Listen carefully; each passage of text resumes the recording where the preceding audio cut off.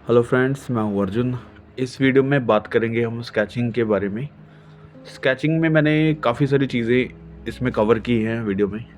मैं आपको step by step बताऊंगा। सबसे पहले फीचर्स की स्टडी, जैसे कान बनाने की स्टडी है, इसके ऊपर हम थोड़ा सा काम करके देखते हैं। जैसे आप ड्राइंग बनाते हैं, एक बेसिक शेप लेते हैं पहले। जैसे ये काफ़ी सारे हैं, लेकिन मैं आपको ये बता रहा हूँ कि बहुत सारी शेप्स चेंज होती हैं। ठीक है, किसी भी शेप को ले लो, जैसे ये है तो इस साइड है, लेकिन हम अपने अकॉर्डिंग मैं आपको बताने की कोशिश करूँगा इसको स्किल वाइज, कि ये जैसे शेप ले ली हमने एक सिंपल। ठीक है, उसके अराउंड जो भी इसकी ड्राइंग्स बनती हैं, जैसे इसके अंदर वाला जो पार्ट है वो कैसे बनता है, तो चीज़ों को समझना है। जैसे इसके अंदर एक डबल लाइन हो गई। ठीक है, कोई भी पोर्ट्रेट बनाते हैं तो सबसे चीज़ें हम ये मेन होती हैं, लेकिन हम इनको इग्नोर करते हैं। हम फोकस करते हैं कि आईज़ अच्छी बने, नोज़ बने, लेकिन जो कान होते हैं वो साइड पे रह जाते हैं, उनके ऊपर हम ज़्यादा काम ही नहीं कर पाते। तो इनके बहुत सारे एंगल्स होते हैं, कुछ टेक्निकल जो ड्राइंग्स होती हैं उसके ऊपर हम ध्यान नहीं देते। मैं उसके बारे में बात कर रहा हूँ। जैसे ये शेडिंग है, तो शेडिंग के भी बहुत सारे तरीके हैं, लेकिन कहाँ पे डेप्थ आती है, कहाँ पे हमें अपर लेके जाना है, हाईलाइट करनी है, वो चीज़ें थोड़ी सी डिफ़िकल्ट हो जाती है समझनी जब हम किसी को एग्जैक्ट देखते हैं। ठीक है, तो यहाँ पे थोड़ी सी डेप्थ है, वहाँ पे हम एक शेड बना रहे हैं। यहाँ पे 2-3 शेड्स हम जो ट्राई करते हैं स्केचिंग में, तो मैं एक रैंडमली एक ही शेड अभी तक कर रहा हूँ। वहाँ पे थोड़ा सा आपको विजिबल हो जाता है कि कान किस तरीके से उसकी शेप बन रही है, राइट। जैसे ये चीज़ें हैं, हल्की सी मूवमेंट होगी उसकी कि किस तरीके से उसकी लाइनिंग चेंज होती है। ये जैसे अभी हल्का सा मैं यहाँ पे डार्क कर रहा हूँ, डेप्थ वाला एरिया है। ठीक है, बड़े आराम से इन चीज़ों को समझना आपने, क्योंकि जब भी कोशिश कर रहे हैं बनाने की तो यहाँ पे बहुत सारी शेप्स हैं, बहुत सारी शेड्स हैं। जैसे जैसे शेड्स चेंज होती हैं, लाइटिंग चेंज होती है, तो हमारी टेक्निक भी चेंज हो जाती है शेडिंग की। जहाँ पे मेन चीज़ ये है कि जहाँ पे डेप्थ है वहाँ पे हम डार्क कर रहे हैं, जहाँ पे अपर एरिया है वहाँ पे हाईलाइट छोड़ रहे हैं। ठीक है, तो ये थोड़ा सा अपने अकॉर्डिंग आपने सोचना है। जब भी आप काम करो तो सोचो कि ये एक ही शेप नहीं हो सकती। करैक्टर्स वाइज ये चीज़ें चेंज होती हैं। जैसे मेरे कान किसी और शेप के होंगे, आपके किसी और शेप में होंगे। ठीक है, या फिर हम किसी और करैक्टर के देख रहे हैं तो उसकी अलग अलग शेप है, लेकिन जो मेन फोकस है वो यही रहता है हमारा कि उसकी ड्राइंग किस तरीके से आएगी और कैसे कैसे शेडिंग आएगी। इस तरीके से हम उसको बना के देख सकते हैं, राइट। जैसे ये लिप्स है, तो लिप्स के बारे में एक पूछ रहे थे स्टूडेंट, मैं ऑनलाइन था तब। तो ये चीज़ें देखो अभी बिल्कुल सिंपल है। जैसे ऊपर एक धनुष जैसे, मतलब एक शेप को हम कंपैरिजन कर लेते हैं कि इस तरीके से बनानी है। ठीक है, और ये शेप बन गई। ज़्यादा जो सर्कल्स लेते हैं या फिर ज़्यादा ज्योमेट्रिकल फॉर्म्स लेते हैं या फिर किसी चीज़ से कंपैरिजन करते हैं, तो वो चीज़ें कुछ मुश्किल लगती है। अगर आप सीधा सीधा सिंपल उसको वे में देखो, हल्का सा ब्लर फोकस रखो, तो आपको समझ आएगा कि उसकी प्रॉपर जो ड्राइंग है वो किस तरीके से है। ठीक है, अपर लिप्स जो है वो हम डार्क रखते हैं, क्योंकि जो शेडिंग है लगभग ऊपर से ही रहती है, ऊपर वाला लिप्स हल्का सा डार्क रहता है। हाईलाइट जो अक्सर हमारे लिप्स के ऊपर आती है वो लोअर लिप्स पे आती है। ठीक है, तो ये शेप है, कुछ इस तरीके से लाइनिंग लेनी है। बस दोनों साइड सेम होना चाहिए, ज़्यादा डिफ़िकल्ट कुछ नहीं है। मतलब एक सिंपल वे में काम करना है, समझना है चीज़ों को। जैसे दोनों साइड मैंने शेड कर दी, तो हमें जो सेंटर वाला पार्ट है वो हाई लग रहा है अभी। ठीक है, ये वाला हल्का सा शेप है, इसमें हाईलाइट छोड़ दी मैंने यहाँ पे। ज़रूरी नहीं है कि किसी के करैक्टर वाइज हमने पहले चीज़ों को समझना है, और रैंडमली आप उसको स्केच करके देखो किस तरीके से बना सकते हैं। ठीक है, जैसे ये आपके सामने रेफरेंस है, ये थोड़ी सी अलग है। ठीक है, हल्की हल्की चीज़ें जो हैं शार्प रखी हुई हैं उन्होंने। मतलब ये मैं एक आपको स्टडी के बारे में बता रहा हूँ कि चीज़ें इस तरीके से हम हैंडल कर सकते हैं। थोड़ा सा इसको स्माइली टाइप यहाँ पे काम करना है। ठीक है, इनकी शेप बहुत सारी चेंज हो सकती हैं, बहुत सारी जैसे आप कोई करैक्टर देख रहे हैं तो रैंडमली आप क्या चीज़ देखते हैं कि दोनों लिप्स में क्या फ़र्क होता है। आपकी शेप चेंज होगी, हल्की सी शेडिंग चेंज होगी, दोनों ही चीज़ें हल्की हल्की चेंज होकर किसी का करैक्टर में आ जाती हैं। यानी कि जब भी आप किसी को एग्जैक्ट करैक्टर बना रहे हैं तो चीज़ें वही हैं, हमने उनको हल्का सा चेंज करना होता है, तो आपके करैक्टर में डल जाती चीज़ें। ठीक है, अभी जैसे इनकी शेप है, शेडिंग डिटेलिंग चाहे आप जितनी मर्जी कर लो, लेकिन एक अंडरस्टैंडिंग ये रखनी है आपने कि दोनों में अंतर क्या है, ऊपर की जो शेप है लिप्स की वो कैसे आएगी और नीचे वाला लिप्स किस तरीके से बन रहा है। अब जैसे लिप्स की हल्की सी शेप ले ली तो इनकी शेडो, हल्की सी यहाँ पे डार्कनेस, जैसे हम अपने अकॉर्डिंग अपने फेस को देखते हैं तो यहाँ पे डार्क एरिया होता है। अगर एक शेड इस तरीके से दे रहे हैं तो हल्का सा हमें पता चल रहा है, ठीक है। अभी हम लगते हुए नाक की स्टडी करते हैं, नोज़, जैसे ये पॉइंट ले लिया। मैं आपको सिंपल बताऊंगा, इसकी कॉपी नहीं कर रहे हम। मैं आपको एक स्किल वाइज काम कराने की कोशिश करता हूँ हमेशा वीडियो में, कि आपको एक ही चीज़ के ऊपर फोकस नहीं करना। जैसे ये है शेप अलग तरीके से समझाया गया, तो हम इनको समझते हैं कि ये चीज़ है क्या, किस तरीके से ड्राइंग इसकी बन सकती है।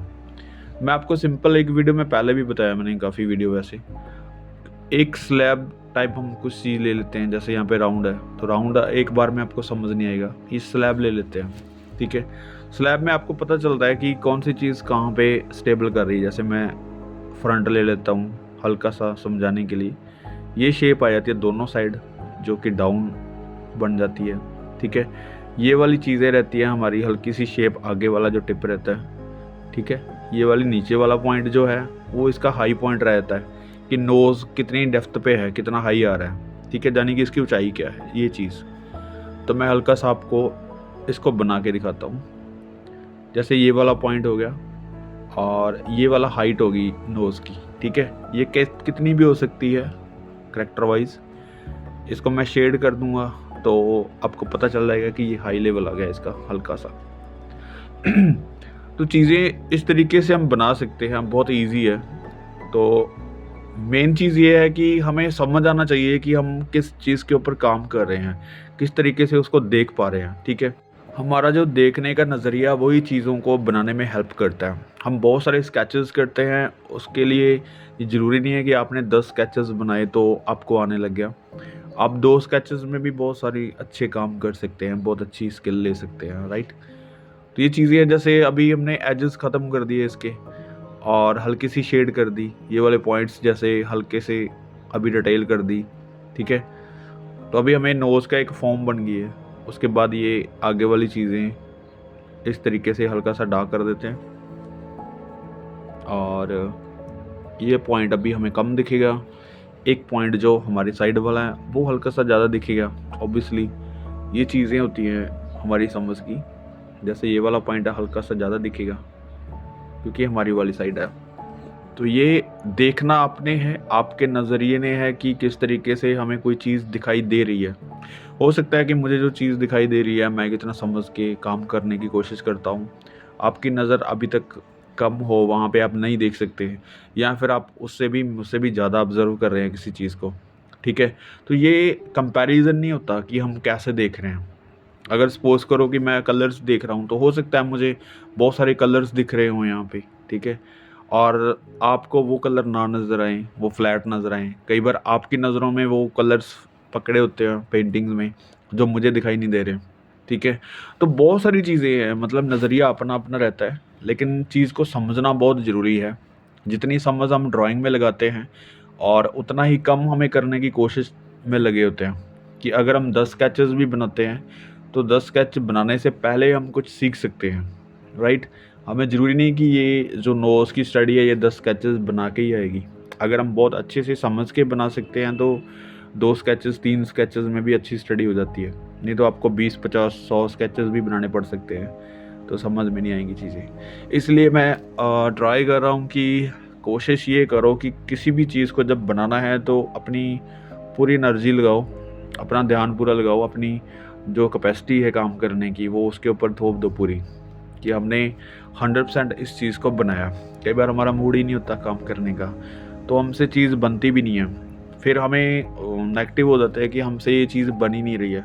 हम कोशिश कितनी कर रहे हैं, मेन चीज़ तो ये है, हम कितना उसके साथ जुड़ के काम कर रहे हैं, या फिर एक फ़ोकस कितना है। तो फोकस बहुत ज़रूरी है किसी चीज़ को समझने के लिए।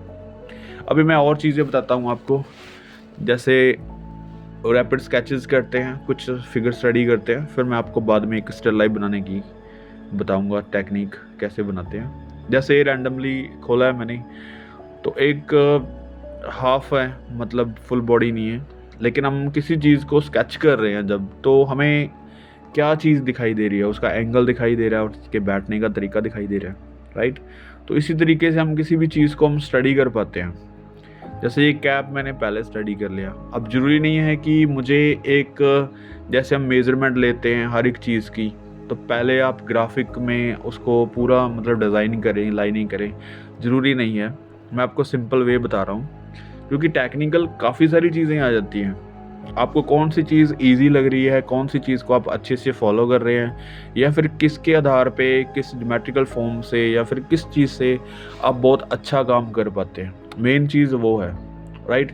तो जैसे अभी मैं रैंडमली बना रहा हूँ, कोई आपने लूमिस मेथड या फिर कोई भी ऐसी मैंने नहीं लिया है कुछ भी चीज़, तो एक सिंपल वे, जैसे उसका फेस है, जो एंगल है, तो मेरे जो माइंड में चीज़ें हैं वो थ्योरी पहले से जो की हुई है वो स्टडी यहाँ पे काम आ रही है, ठीक है। आपने अगर लूमिस मेथड सीखा होगा या फिर कोई बॉक्स में किसी फेस को बनाना सीखा होगा, तो आपको एंगल उसका समझ आ जाएगा। जो चीज़ नहीं दिख रही है, हेड प्रॉपर नहीं दिख रहा है, उसके कैप ली हुई है, तो उसका कैप किस तरीके से ली है, कितना उसको कवर कर सकते हैं, वो चीज़ें सारी स्टडी के अंडर आती है। तो मेन यही है कि एक बार आप इसको समझें, एक सिंपल स्केच बनाएं, ज़्यादा डिटेलिंग में ना जाएं। सिंपल स्केच, जैसे मैं हल्का सा इसको रेंडरिंग में शेड कर देता हूँ इस तरीके से, और ये अभी यहाँ पे हल्की सी डेप्थ बन जाती है, ठीक है। अब कभी भी स्केच को ज़्यादा ब्यूटीफुल मत बनाओ, उसकी ब्यूटी पे मत जाओ, उसको स्टडी करो कि वो कहाँ पे जा रहा है, कहाँ पे उसकी लेग्स आ रही हैं, कहाँ पे हैंड्स आ रहे हैं, कितने बड़े या छोटे आ रहे हैं। उसकी ब्यूटी बाद में बनती है जब हमारी लाइनिंग स्ट्रॉन्ग हो जाती है, जब हमें शेडिंग करने का तरीका पता चल जाता है, हमारी अपने आप लाइन जो है ठीक होने लगती है, हमारा स्केच अपने आप सुंदर बनने लगता है। लेकिन स्टार्टिंग में आप सुंदरता पे नहीं, उसकी कैप्चरिंग पे जाओ कि कैप्चर कैसे करना, उसको देखना कैसे है, उसको अपने अकॉर्डिंग ड्राइंग में कैसे लेके आना है, ठीक है। यहाँ पे जैसे डिटेलिंग है, कुछ फोल्ड्स हैं, कुछ बैठने का उसके तरीका है, तो वो मुझे कैसे कैप्चर करना है एक सिंपल वे में, ठीक है। तो ये ज़रूरी है हमें कि चीज़ों को समझना है। जैसे ये चेयर है पीछे, तो हो सकता है कोई भी शेप हो, यहाँ पे राउंड भी हो या फिर कोई डिज़ाइनिंग हो, तो इसकी चीज़ की परवाह नहीं करनी, इसको सिंपल लेते हैं। जैसे ये वाला अभी चेयर का हल्का सा यहाँ से मूव करता है, ठीक है, इसको इस तरीके से दिखा सकते हैं। अभी मैं सोचूं कि यही पोज़ है किसी राजा महाराजे का, तो यहाँ पे चेयर्स कैसी बनेंगी, तो वो मेरे माइंड में आता है कि कुछ ऐसा बनेगा जो पहले हम देखते हैं, कुछ उनके कपड़े वैसे हो सकते हैं, उनका करैक्टर वैसे हो सकता है। हम एंगल ये बना रहे हैं लेकिन वहाँ पे करैक्टर कोई भी हो सकता है। यहाँ पे राजे महाराजे जैसे बैठते हैं तो उस तरीके से कोई चेयर हो सकती है, कोई डिज़ाइनिंग हो सकती है। तो इन चीज़ों को आपने एडवांस में सोचना है, एक चीज़ के ऊपर फोकस नहीं करना, ठीक है।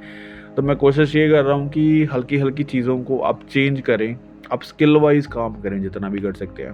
जैसे ये मेरे सामने एक और रेफरेंस आ गई, बड़ी सिंपल है, मैं आपको समझाने की कोशिश करूँगा फिर से। जैसे एंगल वही है फेस का, पहले इधर था अब इधर है, और कैप भी है इसके, लेकिन करैक्टर और है, ठीक है, हल्का सा। जैसे इसको पहले हमने यहाँ पे ले लिया हेड, अभी मैं आपको बताऊंगा कि हल्का सा जेस्चर बना के उसके बाद हम ड्राइंग कैसे बनाते हैं। जैसे अभी हमने बिल्कुल फ्री हैंड किया कि जहाँ पे लाइनिंग आ रही है बस आ रही है, एक फेस को बनाने के बाद हम चीज़ों को जोड़ते रहते हैं साथ साथ इसमें। लेकिन थोड़ा सा मैं आपको बताऊंगा कि कैसे उसको और ज़्यादा सिंपल किया जा सकता है।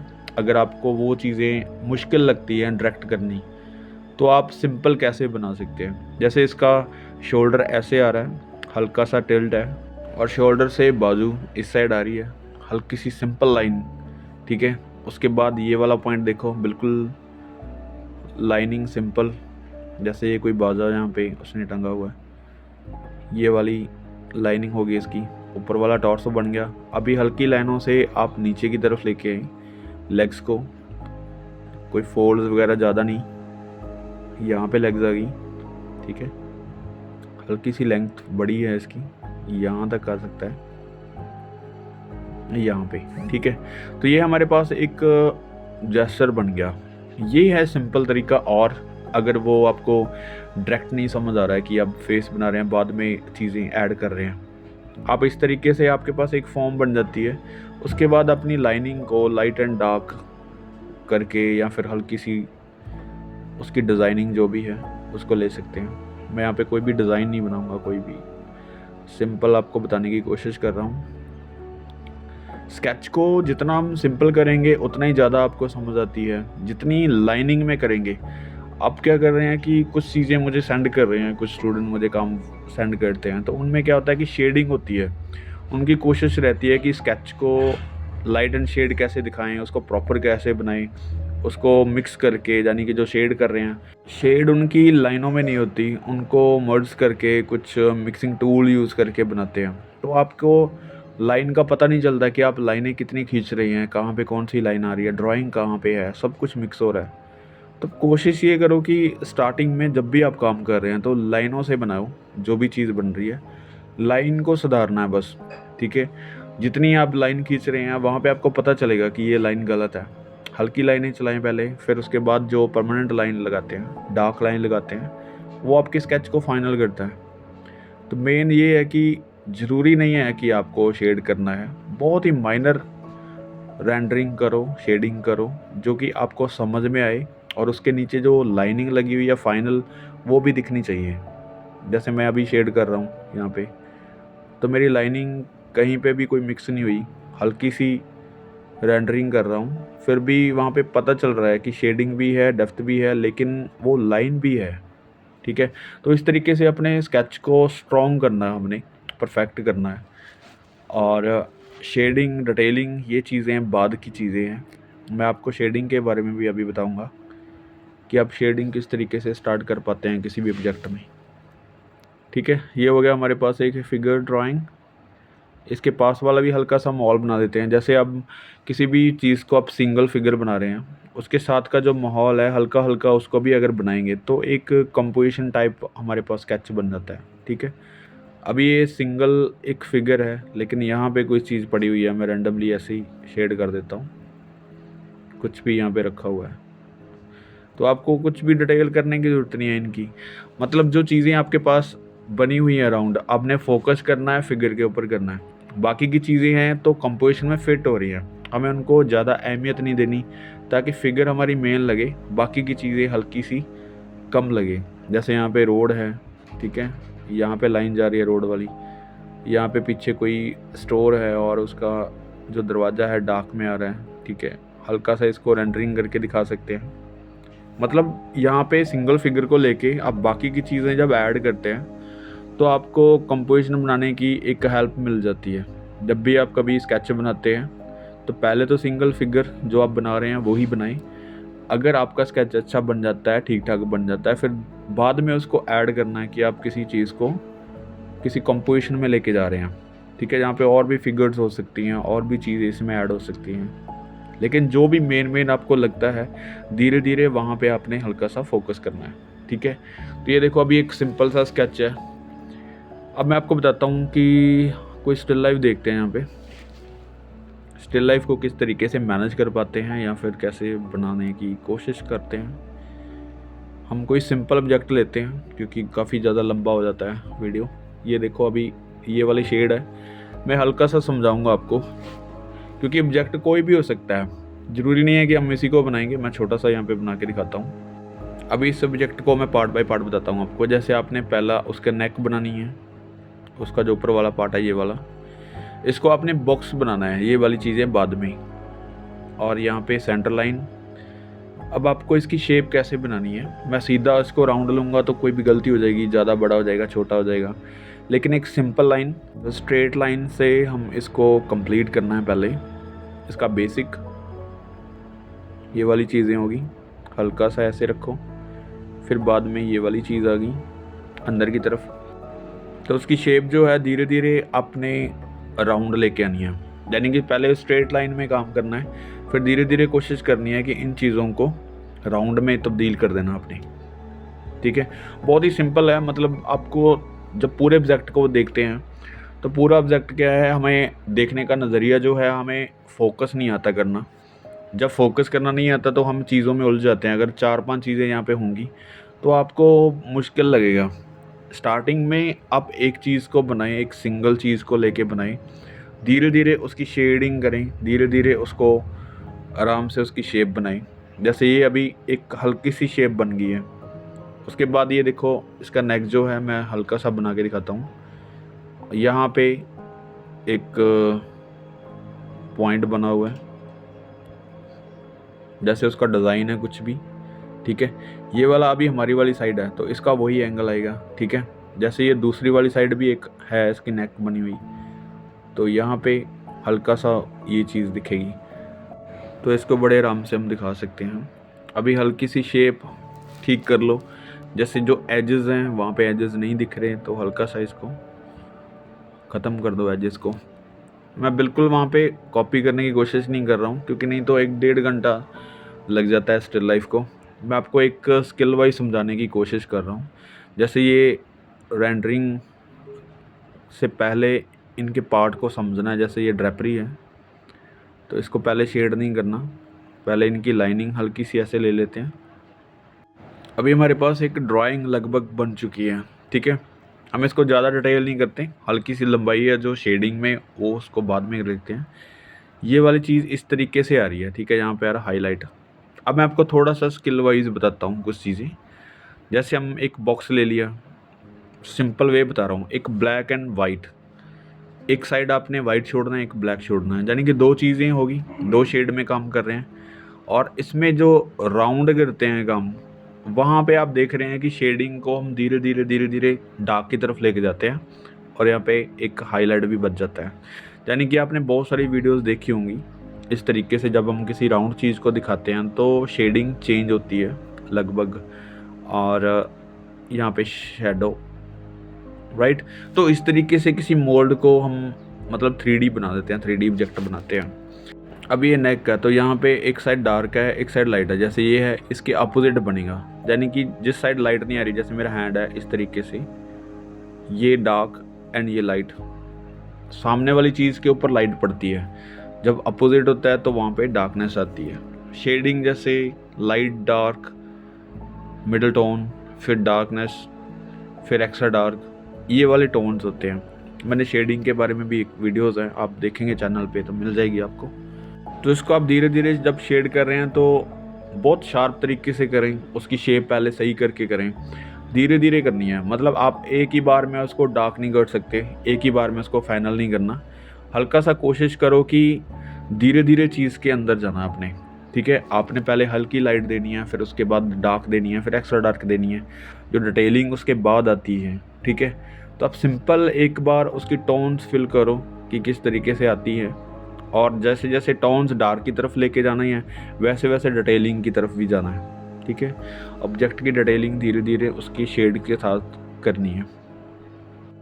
अभी मैं आपको हल्की सी शेड करके बताता हूँ। यहाँ पे जैसे ये वाले पॉइंट है तो ज़्यादा एक्स्ट्रा डार्क कुछ नहीं करना, पहले हल्की सी शेप ले लेते हैं, राइट।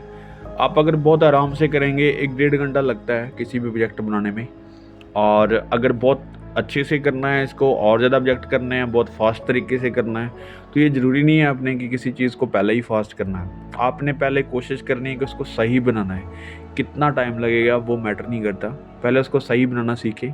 धीरे धीरे फिर उसकी जो दोबारा करेंगे, 2-4 चीज़ें और बार करेंगे तो आपकी स्पीड भी बढ़ जाती है और चीज़ों के बारे में पता भी चल जाता है जल्दी। तो ये देखो अभी शेडिंग वाला पॉइंट है, मैंने हल्का सा शेड कर दिया। यहाँ पे आपके पास एक मोल्ड बन गया, राइट। मोल्ड मीन्स एक फॉर्म बन गई है किसी भी चीज़ की। इसको हम धीरे धीरे शेड में लेके जाएंगे, यानी कि जो बाकी की शेड्स हैं अभी हमने फिल नहीं करनी। हल्की सी एक टोन दी है, यानी कि मिडिल टोन दे दी है। लाइट एंड मिडिल टोन के अंदर जो डिवाइडेशन है इनकी, वो बन गई है, यानी कि आपको पता चल रहा है कि कहाँ पे शेड्स आ रही हैं, ठीक है। यहाँ पे हल्की सी डार्क है तो मैं पहले ऑब्जेक्ट के अंदर ही करूँगा। ये चीज़ बन गई है। जो भी चीज़ बनानी है पहले मतलब ड्राइंग प्रॉपर उसकी करेंगे, उसके बाद आप शेडिंग स्टार्ट करेंगे। अगर आपकी नॉलेज है अच्छी तो आप बहुत अच्छे तरीके से पहले से ही शेड स्टार्ट कर सकते हैं, लेकिन मैं आपको यही कहूँगा कि सबसे पहले उसकी ड्राइंग बनाएं, उसके बाद धीरे धीरे आप शेडिंग जो मैंने टोन्स ऊपर बनाई है वो धीरे धीरे आप उसमें फिल करेंगे तो आपका ऑब्जेक्ट अच्छा बन जाएगा। आपका बस नज़रिया है कि आपको डार्क कहाँ पे दिख रहा है, किस तरीके से दिख रहा है, या फिर उसकी ड्राइंग जो शेप है पूरी वो किस तरीके से करनी है। अगर यहाँ पे वैल्यूज़ गलत हो रही हैं, यानी कि डार्क वाली जगह पे लाइट आ रही हैं, लाइट वाली जगह पे मिडल टोन्स आ रही हैं, तब आपको थोड़ा-सा मुश्किल होता है चीज़ों को इस तरीके से बनाना, क्योंकि ये राउंड है बिल्कुल, ठीक है? तो शेडिंग भी उसी तरीके से काम करती है। लाइट एंड डार्क की शेड जो है, टोन्स जो है, बहुत ही स्टेप बाय स्टेप आपको स्मूथली फिल करनी होती है, ठीक है? तो ये टेक्निक है कुछ हैंडल करने की, मैं आपको जो बता रहा हूँ, हल्का-सा ये छोटा सब्जेक्ट है बिल्कुल, लेकिन फिर भी इसकी जो वैल्यू है वो हम यहाँ पे दिखा सकते हैं हल्की-सी। तो अभी देखो बाकी का जो एरिया है वो बिल्कुल प्लेन है, अभी हमने कुछ भी नहीं किया, लेकिन मैं आपको हल्का-सा बताने की कोशिश करूँगा। जैसे ये शेड है, तो इस साइड डार्क है, ठीक है? और यहाँ पे ड्रेपरी है, कुछ फ़ोल्ड्स हैं, उसको भी हल्का-सा दिखाने की कोशिश करूँगा आपको समझाने की। आपको ये नहीं समझना कि ये ड्रेपरी है, हम कपड़ा किस तरीके से बनाएँ। आपने बस उसकी ड्राइंग देखनी है और उसकी जो शेडिंग है वो देखनी है कि कितनी लाइट है या कितनी डार्क है। आप उसी को वैल्यू के अकॉर्डिंग आप फ़िल करेंगे अपने ऑब्जेक्ट के अंदर, तो वो भी ड्रेपरी बन सकती है, ठीक है? उसका टेक्सचर्स आपने समझना है कि किस तरीके का है, तो बड़े आराम से आप चीज़ों को ड्रॉ कर पाते हैं। अब अगर मैं बात करूँ तो सेम वैल्यू लग रही है मुझे, जैसे ये ब्लैक एंड वाइट हमने वो चीज़ निकाली हुई है, रेफरेंस ऐसे ही रैंडमली, तो वहाँ पे आप देख रहे हैं कि सेम वैल्यू है नीचे बैकग्राउंड की भी, और उसकी जो हमारा ऑब्जेक्ट है उसकी भी सेम वैल्यू है।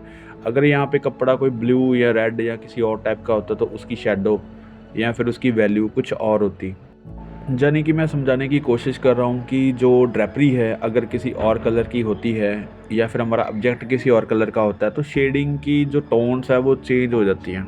आपको उसके देखना पड़ेगा कि आपको हाईलाइट कितनी छोड़नी है या फिर मिडिल टोन कौन सी आ रही है, या फिर ऑब्जेक्ट हमारा डार्क है या लाइट है, तो उसके अकॉर्डिंग काम करना होता है, ठीक है?